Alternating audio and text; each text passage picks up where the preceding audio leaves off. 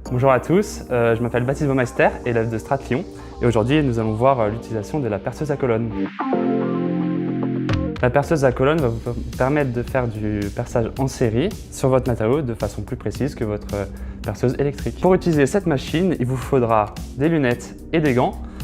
Cependant, n'oubliez pas d'enlever vos gants avant l'utilisation puisque le forêt peut emporter votre gant. La perceuse à colonne utilise des forêts. Voyons tout d'abord quel type de forêt vous avez à disposition à Strat. Il y a tout d'abord le forêt à bois, reconnaissable simplement par sa petite pointe qui vous permet de faire un petit trou dans votre matériau pour ne pas déraper. Ensuite, il y a le forêt à métaux qui n'a pas de pointe. Il faudra donc utiliser un petit pointeau pour faire votre trou. Et enfin, nous avons un forêt à béton qui a un embout renforcé, qui n'a pas de lame. Cependant, il a quand même un sens de rotation. Et oui, tous les forêts ont un sens de rotation. Les forêts à métaux et à bois tournent dans leur sens de leur lame, qui se reconnaît grâce à leur partie la plus claire. Si vous choisissez le mauvais sens de rotation, ça chauffe et ça casse. Pour installer votre forêt, il vous suffit de dévisser ici votre forêt et de le remplacer par le nouveau.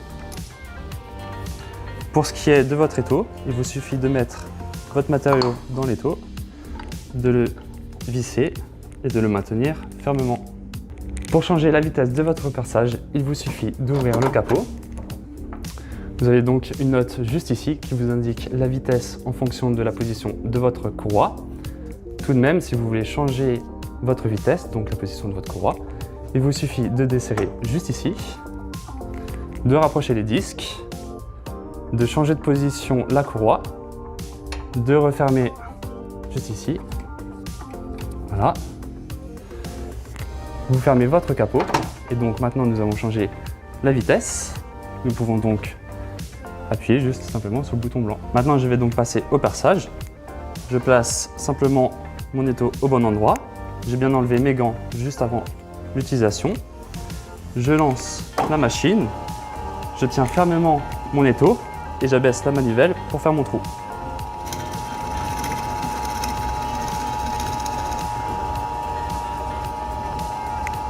Je rééteins. Et donc, j'ai fait mon trou. Après l'utilisation de votre machine, il vous faut enlever votre forêt, le ranger dans sa boîte et passer un coup d'aspirateur pour éviter l'encrassement de votre machine. Merci d'avoir suivi ce tuto et si vous avez des questions, n'hésitez pas à les poser à votre responsable d'atelier préféré.